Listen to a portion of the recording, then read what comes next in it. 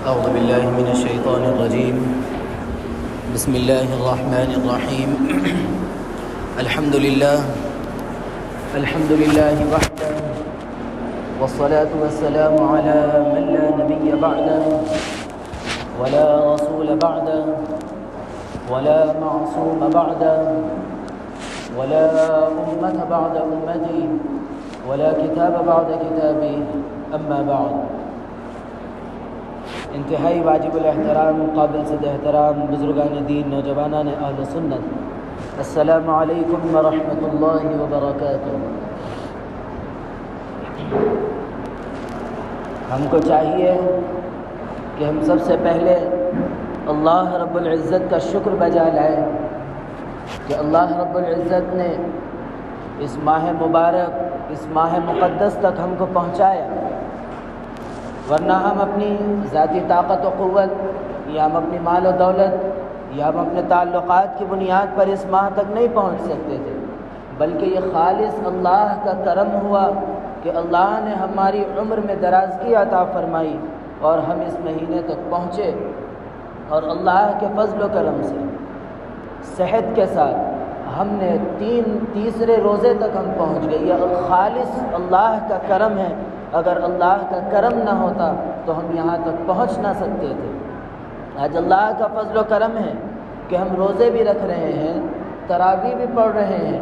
یہ اللہ نے طاقت و قوت عطا کی ہے جس کی وجہ سے ہم یہ اعمال بآسانی کر پا رہے ہیں۔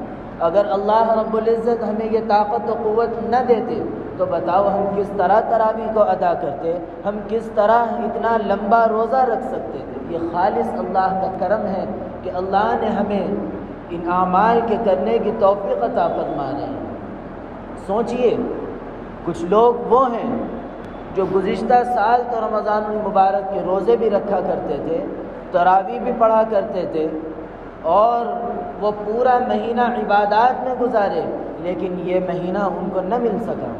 یہ مہینہ آنے سے پہلے وہ دنیا سے رخصت ہو چکے۔ بتاؤ یہ اللہ کا ہمارے ساتھ فضل و کرم ہوا کہ نہیں ہوا کہ اللہ نے ہمیں دوبارہ اس مہینے تک پہنچایا۔ دوسرا اللہ کا فضل و کرم یہ ہوا کہ گزشتہ سال اللہ نے کچھ لوگوں کو طاقت و قوت دے رکھی تھی کہ وہ پورے روزے 30-29 جو روزے تھے وہ پورے رہ سکے تھے، لیکن اس رمضان المبارک کے اندر ان کو وہ قوت و طاقت نہیں رہی کہ وہ روزے رکھ سکے، وہ تراویح باجماعت ادا کر سکے، یا تنہا ہی سے ہی 20 رکعات پورے ادا کر سکے۔ اللہ نے انہیں یہ طاقت و قوت نہیں دی۔ ہم کو اللہ کا شکر ادا کرنا چاہیے کہ اللہ نے ہمیں یہ طاقت و قوت بھی دی کہ ہم روزہ بھی رکھ سک رہے ہیں اور پھر ہم تراویح کا بھی اہتمام کر سک رہے ہیں۔ یہ خالص اللہ کا شکر ہے۔ اللہ نے ہمیں یہ طاقت دی، اللہ نے ہماری عمر میں درازگی عطا فرمائی کہ ہم یہاں تک پہنچے، ورنہ ہم اپنی طاقت و قوت کے ذریعے نہیں پہنچ سکتے تھے۔ یہ خالص اللہ کا کرم ہے۔ الحمدللہ الذی بنعمتہ تتم الصالحات۔ بہرحال یہ اللہ کا شکر ہم کو ہر وقت، ہر لمحہ ادا کرنا چاہیے۔ یہ رمضان المبارک کا مہینہ عبادات کا مہینہ ہے۔ یہ مہینہ اللہ رب العزت سے مانگنے کا، منوانے کا مہینہ ہے۔ اس مہینے کے اندر اللہ رب العزت افطار کے وقت، سحر کے وقت صدائیں لگاتے ہیں۔ اللہ کی طرف سے یہ صدائیں آتی ہے کوئی مانگنے والا کہ میں اس کو عطا کروں، ہے کوئی بخشش چاہنے والا کہ میں اس کی بخشش کروں، ہے کوئی اپنی مرادیں مانگنے والا کہ میں اس کی مرادیں پوری کروں۔ تو ہم کو یہ چاہیے کہ اس مہینے کے اندر اللہ رب العزت کو منوائیں، اللہ رب العزت سے مانگے، اور اپنے آپ کو اس طریقے سے مانگ کر اپنے آپ کو اس طریقے کا بنا لے کہ ہم سال بھر ہمارا سکون کے ساتھ، عافیت کے ساتھ، شرور و فتن سے بچنے کے ساتھ ساتھ ہمارا سال گزر جائے، اور اللہ رب العزت سے یہ دعا کرتے رہے کہ جس طرح اللہ رب العزت نے ہمیں یہ مہینہ عطا کیا، صحت و تندرستی کے ساتھ عطا کیا، اللہ رب العزت دوبارہ ہمیں یہ مہینہ عطا کرے، صحت و تندرستی کے ساتھ عطا کرے۔ ہمیشہ دعا کریں، کیونکہ اس مہینے کا انتظار جناب نبی کریم علیہ الصلاۃ والسلام جب رجب کے مہینے سے انتظار کیا کرتے تھے تو اندازہ لگائیے کہ اس مہینے کی کیا قدر و قیمت ہوگی، اس مہینے کی کیا بلندی ہوگی، اس کا اندازہ لگائیے۔ تو اس مہینے کے اندر خاص طور پر 2 اعمال ہوتے ہیں، ایک ہے قرآن کریم کی تلاوت، دوسرا ہے روزے کا اہتمام۔ حضرت عبداللہ ابن عمر رضی اللہ عنہ فرماتے ہیں کہ رسول اللہ صلی اللہ علیہ وسلم نے ارشاد فرمایا کہ قرآن کریم اور روزہ اللہ کے سامنے سفارش کرے گا۔ روزہ کہے گا کہ یا اللہ، میں نے اس کو خواہشات کی تکمیل سے روکے رکھا، میں نے اس کو بھوکا اور پیاسا رکھا، اس کے حق میں میری سفارش قبول کر لیجئے۔ تو اللہ رب العزت اس کی سفارش قبول کر لیں گے، روزے کی سفارش اللہ رب العزت قبول کر لیں گے۔ اسی طرح قرآن کریم بھی اللہ کے سامنے سفارش کرے گا کہ یا اللہ، یہ میری تلاوت کیا کرتا تھا، یہ راتوں میں جاگ کر میری تلاوت کیا کرتا تھا، دن میں اپنے کام چھوڑ کر میری تلاوت کیا کرتا تھا، یا اللہ اس کی قرآن کریم سفارش کرے گا کہ یا اللہ اس کو قبول کر لے، اس کے گناہوں کی بخشش کا ذریعہ بن جائے۔ اس قسم کی دعائیں ہوگی تو اللہ کے نبی علیہ الصلاۃ والسلام فرماتے ہیں کہ اللہ رب العزت ان کی سفارشوں کو قبول بھی فرمائیں گے۔ آج ہمارے روزے اور ہمارے قرآن کریم کی تلاوت کے سلسلے میں کیا حال ہے؟ آج ہم روزہ تو رکھتے ہیں، اللہ کے نبی علیہ الصلاۃ والسلام نے ارشاد فرمایا کہ اکثر روزے دار وہ ہیں جو صرف بھوکے اور پیاسے ہیں، اس کے علاوہ کچھ ان کو نہیں مل رہا ہے۔ کیا مطلب ہے؟ کون لوگ ہیں جن کو صرف یہ لفظ ان کے لیے کہا جا رہا ہے، ان کے بھوک اور پیاس کے سوا ان کو کچھ نہیں ہے؟ یہ لوگ روزے تو رکھ رہے ہیں، یہ لوگ سحری بھی سب کے ساتھ کر رہے ہیں، افطار بھی سب کے ساتھ کر رہے ہیں، لیکن اس درمیانی وقفے کے اندر یہ جھوٹ سے نہیں بچتے، یہ غیبت سے نہیں بچتے، یہ گناہوں سے نہیں بچتے، یہ آنکھ کے گناہ سے بچنے کا اہتمام نہیں کرتے، یہ اپنی زبان کے گناہ سے بچنے کا اہتمام نہیں کرتے، یہ اپنے کان کے گناہ سے بچنے کا کوئی اہتمام نہیں کرتے۔ یہ جب کوئی ان سے لڑنے لگتا ہے تو یہ گالی دینے لگ جاتے ہیں، اگر کوئی محفل جمنے لگتی ہے تو یہ غیبت میں لگ جاتے ہیں۔ تو ایسے لوگ وہ ہیں جو روزہ تو رکھ رہے ہیں، صبح سب کے ساتھ سحری بھی کر رہے ہیں، افطار بھی کر رہے ہیں، لیکن ان کے روزے اللہ کے یہاں بالکل قبولیت تک نہیں پہنچ سکتے۔ یہ صرف بھوکے اور پیاسے رہنے کے سوا ان کو کچھ نہیں مل رہا ہے۔ اسی لیے اگر چاہتے ہیں کہ یہ روزے ہمارے حقیقی روزے بنے، یہ روزہ ہمارا سفارشی روزہ بنے، تو اس کو چاہیے یہ کہ وہ گناہوں سے بچے، آنکھ کے گناہ سے بھی بچے، کان کے گناہ سے بھی بچے، زبان کے گناہ سے بھی بچے، وہ غصے میں آ جائے تو گالی دینے سے بھی بچے، محفلیں بیٹھے تو اس میں غیبتوں سے بچے، چغلی سے بچے، ہر گناہ سے جب بچتے ہوئے جب آدمی روزہ رکھتا ہے تو وہ روزہ اللہ رب العزت کے یہاں قبولیت کے درجے کو پہنچتا ہے۔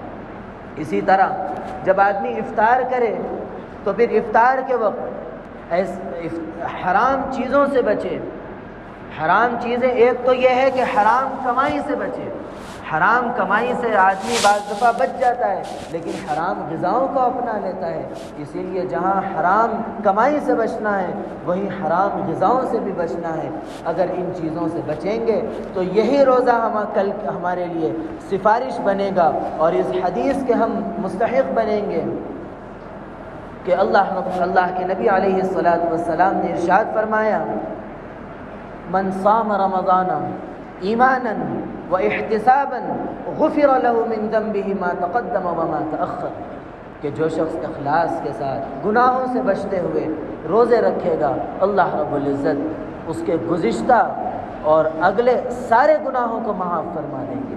اگر ان فضائل کے اگر مستحق بننا چاہتے ہیں تو اپنے آپ کو گناہوں سے بچانا پڑے گا، اپنے آپ کو ہر قسم کے گناہ سے بچاتے ہوئے روزوں کا اہتمام کرنا پڑے گا۔ اللہ رب العزت اس اہتمام کے ساتھ ہمیں روزے رکھنے کی توفیق عطا فرمائے۔ دوسری چیز جو سفارش بنے گی وہ قرآن کریم کی تلاوت ہے۔ آج بتاؤ ہمارے گھروں کے اندر یا ہمارے دوست احباب کے اندر کتنے احباب ایسے ہیں جو قرآن کریم کی تلاوت جانتے ہی نہیں، یا سال گزر جاتا، سالوں سال گزر جاتے، قرآن کریم کی ایک آیت کی تلاوت کی بھی وہ توفیق نہیں ملتی، قرآن کریم لے کر بیٹھ کر تلاوت کرنے کی ان کو توفیق نہیں ملتی۔ بتاؤ ایسا شخص بد نصیب نہیں ہے تو اور کیا ہے؟ آج ہمارے پاس یہ ماحول بھی آہستہ آہستہ ختم ہوتا جا رہا ہے کہ ہم اپنے بچوں کو قرآن کی تعلیم دیں، قرآن کے علوم سکھائیں، کچھ نہیں۔ آج یہ چاہتے ہیں، آج عموماً آپ خود اپنے ماحول کا جائزہ لیجئے، آج جب دوست احباب کے درمیان میں، رشتہ داروں کے درمیان میں جب تذکرہ ہوتا ہے اپنی اولاد کا، تو کوئی شخص یہ نہیں کہتا کہ میرا بچہ قرآن کریم مکمل کیا ہے، یا میرا بچہ اتنی سی عمر میں 5 پارے یا 10 پارے یا قاعدہ ختم کیا ہے۔ ان چیزوں کا تذکرہ نہیں ہوتا، بلکہ ان چیزوں کا تذکرہ ہوتا ہے کہ آج میرا بچہ فلاں نمبر سے کامیاب ہوا ہے اسکول کے اندر، جو ہے نا A گریڈ لایا یا فلاں جو کچھ لایا ہے، ان چیزوں کا تذکرہ تو کرتے ہیں، لیکن آج ہم یہ تذکرہ نہیں کرتے کہ میرا لڑکا قرآن کریم کو اتنا پڑھا ہے، اتنا عمدہ پڑھ رہا ہے۔ آج آپ اس کا قرآن کریم سنیے، آپ کو لطف آ جائے گا۔ ایسا کوئی شخص ایسا نہیں ہوگا، کم کچھ لوگ ہوں گے، لیکن اکثریت تو یہ پائی جاتی ہے کہ وہ یہ نہیں کہہ سکتے۔ کیوں؟ ان کی اولاد خود قرآن کریم پڑھنا نہیں جانتی۔ جب وہ قرآن کریم نہیں، خود ماں باپ کا اکثر طبقہ یہ ہے جو قرآن کریم کی تلاوت سے ناواقف ہے، تو یہ اولاد کیا قرآن کریم کی تلاوت کرے گی؟ آج ہمارے بزرگوں میں سے گزشتہ رمضان میں محدث تھے، ان کا انتقال ہوا۔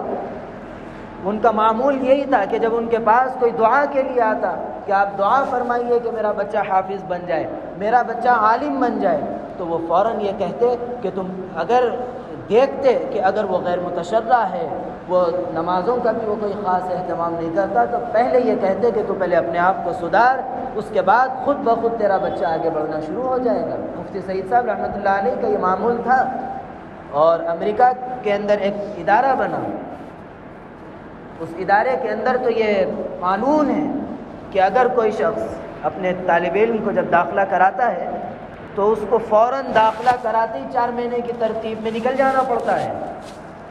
کیوں؟ یہ کیوں لگایا گیا؟ وہاں پر تو مار توڑ ڈانٹ ڈپٹ جیسا ہمارے یہاں کر سکتے ہیں، لیکن وہاں وہ نہیں کر سکتے۔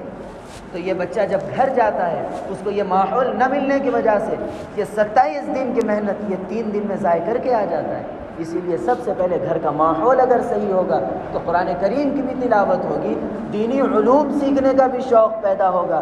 اسی لیے سب سے پہلے گھر کا ماحول سدھارنے کی ضرورت ہے۔ اس مقدس مہینے کے اندر دعا کرے کہ اللہ رب العزت ہم میں سے ہر شخص کو صحیح تلاوت قرآن کی توفیق عطا فرمائے، کوشش کی توفیق عطا فرمائے۔ سیکھنے میں شرم محسوس کرتے ہیں، ایسا نہیں ہے، بلکہ حضرات صحابہ کرام رضوان اللہ تعالی علیہم اجمعین ایسا نہیں تھا کہ سب بچپن میں سیکھے، بعض لوگ ادھیڑ عمر میں بھی سیکھے۔ ہمارے اکابر میں سے ایسے بھی گزرے جنہوں نے یہ کہا کہ لوگ بچپن میں حافظ بنتے ہیں، میں تو 55 میں حافظ بنا۔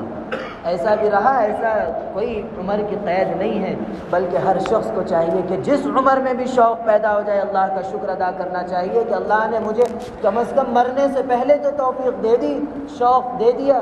اگر اسی طرح میں اس دنیا سے رخصت ہو جاتا تو بتاؤ میری زندگی کیسی ہوتی۔ جو شخص قرآن کریم کی تلاوت کرے گا، اللہ کے نبی علیہ الصلاۃ والسلام ارشاد فرماتے ہیں کہ قیامت کے دن یہ قرآن کریم سفارشی بنے گا، یہ اس کی سفارش کرے گا۔ اب بتاؤ قرآن کریم جب سفارش کرے گا، اللہ کے نبی فرما رہے ہیں کہ ضرور ضرور اس کی سفارش قبول کی جائے گی، تو ہم مستحق بننے کا شوق ہمارے دل میں پیدا ہو رہا ہے یا نہیں ہو رہا ہے؟ پیدا کریے۔